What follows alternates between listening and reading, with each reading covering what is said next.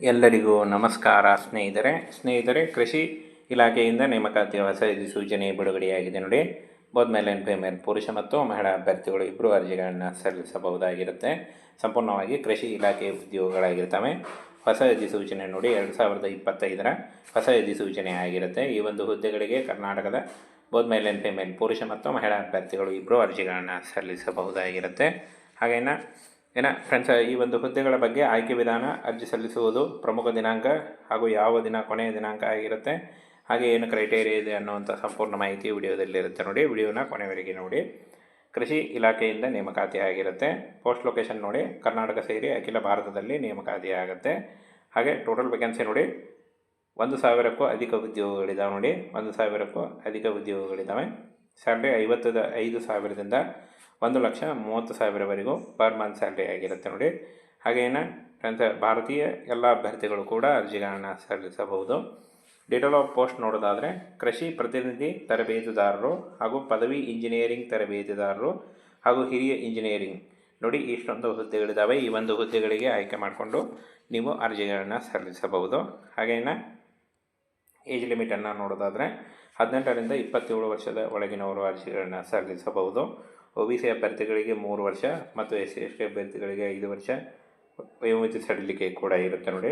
ಇನ್ನು ಸಂದರ್ಶನ ಮತ್ತು ಲಿಖಿತ ಪರೀಕ್ಷೆ ಇರುತ್ತೆ ನೋಡಿ. ಸಂದರ್ಶನ ಹಾಗೂ ಲಿಖಿತ ಪರೀಕ್ಷೆ ಮತ್ತು ದಾಖಲೆ ಪರಿಶೀಲನೆ 3 ಇರುತ್ತೆ ನೋಡಿ.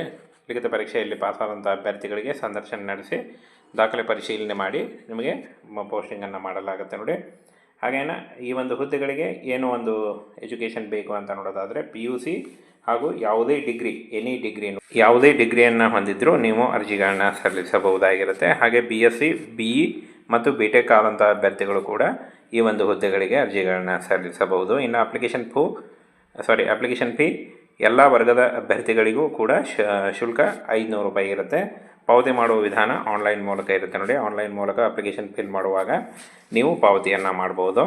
ಹಾಗೇನು ಫ್ರೆಂಡ್ಸ್, ಅರ್ಜಿ ಸಲ್ಲಿಕೆ ನೋಡಿ 26/5/2025ರಿಂದ ಅರ್ಜಿ ಸಲ್ಲಿಕೆ ಶುರುವಾದರೆ 27/6 ಅಂದರೆ 27 ಜುಲೈ 2025 ಅರ್ಜಿ ಸಲ್ಲಿಸಲು ಕೊನೆಯ ದಿನಾಂಕ ಆಗಿರುತ್ತೆ ನೋಡಿ. ಈ ಒಂದು ಕೊನೆಯ ದಿನಾಂಕದೊಳಗಾಗಿ ನೀವು ಅಫಿಷಿಯಲ್ ವೆಬ್ಸೈಟ್ಗೆ ಹೋಗಿ ಅರ್ಜಿಗಳನ್ನು ಸಲ್ಲಿಸಬಹುದು. ಅರ್ಜಿ ಸಲ್ಲಿಕೆಯ ನೇರ ಲಿಂಕು ಅಂದರೆ ಆನ್ಲೈನ್ ಅಪ್ಲೈ ಮಾಡುವಂಥ ನೇರ ಲಿಂಕು ವಿಡಿಯೋ ಡಿಸ್ಕ್ರಿಪ್ಷನ್ ಬಾಕ್ಸಲ್ಲಿ ಇರುತ್ತೆ ನೋಡಿ. ಅಲ್ಲಿ ಹೋಗಿ ನೀವು ಡೌನ್ಲೋಡ್ ಮಾಡ್ಕೊಳ್ಳಿ, ಅಂದರೆ ನೀವು ಅಪ್ಲೈ ಮಾಡಿ. ಹಾಗೇನು ನೀವು ಅರ್ಜಿ ಸಲ್ಲಿಸುವಾಗ ಒಂದು Aadhaar card, caste income certificate, photo ಮತ್ತು ನಿಮ್ಮ ಎಜುಕೇಷನಲ್ ಡಾಕ್ಯುಮೆಂಟ್ಸ್ ಇಷ್ಟನ್ನು ತೆಗೆದುಕೊಂಡು ಆನ್ಲೈನ್ ಫಾರ್ಮನ್ನು ಫಿಲ್ ಮಾಡಿ. ಆನ್ಲೈನ್ ಫಾರ್ಮ್ನ ನೇರ ಲಿಂಕು ವಿಡಿಯೋ ಡಿಸ್ಕ್ರಿಪ್ಷನ್ ಬಾಕ್ಸಲ್ಲಿ ಇರುತ್ತೆ ನೋಡಿ. ಇದರ ಬಗ್ಗೆ ಬೇಕಾದಂಥ ಒಂದು ನೋಟಿಫಿಕೇಷನ್ನ ನಮ್ಮ ಟೆಲಿಗ್ರಾಮ್ ಚಾನಲ್ ಇರುತ್ತೆ, ಅಲ್ಲಿ ಹೋಗಿ ಡೌನ್ಲೋಡ್ ಮಾಡಿಕೊಂಡು ಇನ್ನೂ ಹೆಚ್ಚಿನ ಮಾಹಿತಿಯನ್ನು ತಿಳ್ಕೊಳ್ಳಿ. ಕೃಷಿ ಇಲಾಖೆಯಿಂದ ನೇಮಕಾತಿಯ ಹೊಸ ಸೂಚನೆ ಬಿಡುಗಡೆಯಾಗಿದೆ ನೋಡಿ. ಬೋತ್ ಮೇಲ್ ಆ್ಯಂಡ್ ಫಿಮೇಲ್ ಪುರುಷ ಮತ್ತು ಮಹಿಳಾ ಅಭ್ಯರ್ಥಿಗಳು ಇಬ್ಬರು ಅರ್ಜಿಗಳನ್ನು ಸಲ್ಲಿಸಬಹುದಾಗಿರುತ್ತೆ. ಸಂಪೂರ್ಣವಾಗಿ ಕೃಷಿ ಇಲಾಖೆ ಉದ್ಯೋಗಗಳಾಗಿರ್ತವೆ. ಹೊಸ ಸೂಚನೆ ನೋಡಿ 2025ರ ಹೊಸ ಸೂಚನೆ ಆಗಿರುತ್ತೆ. ಈ ಒಂದು ಹುದ್ದೆಗಳಿಗೆ ಕರ್ನಾಟಕದ ಬೋತ್ ಮೇಲ್ ಆ್ಯಂಡ್ ಫಿಮೇಲ್ ಪುರುಷ ಮತ್ತು ಮಹಿಳಾ ಅಭ್ಯರ್ಥಿಗಳು ಇಬ್ಬರು ಅರ್ಜಿಗಳನ್ನು ಸಲ್ಲಿಸಬಹುದಾಗಿರುತ್ತೆ. ಹಾಗೇನು ಫ್ರೆಂಡ್ಸ್, ಈ ಒಂದು ಹುದ್ದೆಗಳ ಬಗ್ಗೆ ಆಯ್ಕೆ ವಿಧಾನ, ಅರ್ಜಿ ಸಲ್ಲಿಸುವುದು, ಪ್ರಮುಖ ದಿನಾಂಕ ಹಾಗೂ ಯಾವ ದಿನ ಕೊನೆಯ ದಿನಾಂಕ ಆಗಿರುತ್ತೆ, ಹಾಗೆ ಏನು ಕ್ರೈಟೇರಿಯಾ ಇದೆ ಅನ್ನುವಂಥ ಸಂಪೂರ್ಣ ಮಾಹಿತಿ ವಿಡಿಯೋದಲ್ಲಿರುತ್ತೆ ನೋಡಿ. ವಿಡಿಯೋನ ಕೊನೆವರೆಗೆ ನೋಡಿ. ಕೃಷಿ ಇಲಾಖೆಯಿಂದ ನೇಮಕಾತಿ ಆಗಿರುತ್ತೆ. ಪೋಸ್ಟ್ ಲೊಕೇಶನ್ ನೋಡಿ ಕರ್ನಾಟಕ ಸೇರಿ ಅಖಿಲ ಭಾರತದಲ್ಲಿ ನೇಮಕಾತಿ ಆಗುತ್ತೆ. ಹಾಗೆ ಟೋಟಲ್ ವೇಕೆನ್ಸಿ ನೋಡಿ 1,000ಕ್ಕೂ ಅಧಿಕ ಉದ್ಯೋಗಗಳಿದ್ದಾವೆ ನೋಡಿ. 1,000ಕ್ಕೂ ಅಧಿಕ ಉದ್ಯೋಗಗಳಿದ್ದಾವೆ. ಸ್ಯಾಲ್ರಿ 55,000ದಿಂದ 1,30,000ವರೆಗೂ ಪರ್ ಮಂತ್ ಸ್ಯಾಲ್ರಿ ಆಗಿರುತ್ತೆ ನೋಡಿ. ಹಾಗೇನು ಫ್ರೆಂಡ್ಸ್, ಭಾರತೀಯ ಎಲ್ಲ ಅಭ್ಯರ್ಥಿಗಳು ಕೂಡ ಅರ್ಜಿಗಳನ್ನು ಸಲ್ಲಿಸಬಹುದು.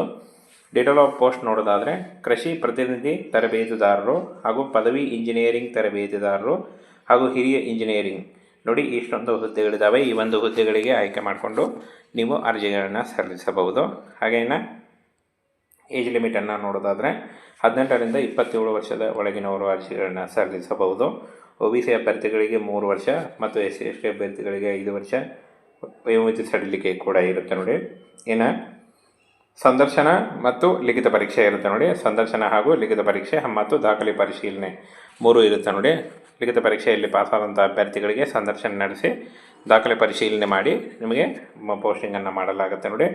ಹಾಗೇನು ಈ ಒಂದು ಹುದ್ದೆಗಳಿಗೆ ಏನು ಒಂದು ಎಜುಕೇಷನ್ ಬೇಕು ಅಂತ ನೋಡೋದಾದರೆ PUC ಹಾಗೂ ಯಾವುದೇ ಡಿಗ್ರಿಯನ್ನು ಹೊಂದಿದ್ದರೂ ನೀವು ಅರ್ಜಿಗಳನ್ನ ಸಲ್ಲಿಸಬಹುದಾಗಿರುತ್ತೆ. ಹಾಗೆ BSc BE ಮತ್ತು BTech ಆದಂಥ ಅಭ್ಯರ್ಥಿಗಳು ಕೂಡ ಈ ಒಂದು ಹುದ್ದೆಗಳಿಗೆ ಅರ್ಜಿಗಳನ್ನು ಸಲ್ಲಿಸಬಹುದು. ಇನ್ನು ಅಪ್ಲಿಕೇಶನ್ ಫೀ ಎಲ್ಲ ವರ್ಗದ ಅಭ್ಯರ್ಥಿಗಳಿಗೂ ಕೂಡ ಶುಲ್ಕ 500 ರೂಪಾಯಿ ಇರುತ್ತೆ. ಪಾವತಿ ಮಾಡುವ ವಿಧಾನ ಆನ್ಲೈನ್ ಮೂಲಕ ಇರುತ್ತೆ ನೋಡಿ. ಆನ್ಲೈನ್ ಮೂಲಕ ಅಪ್ಲಿಕೇಶನ್ ಫಿಲ್ ಮಾಡುವಾಗ ನೀವು ಪಾವತಿಯನ್ನು ಮಾಡ್ಬೋದು.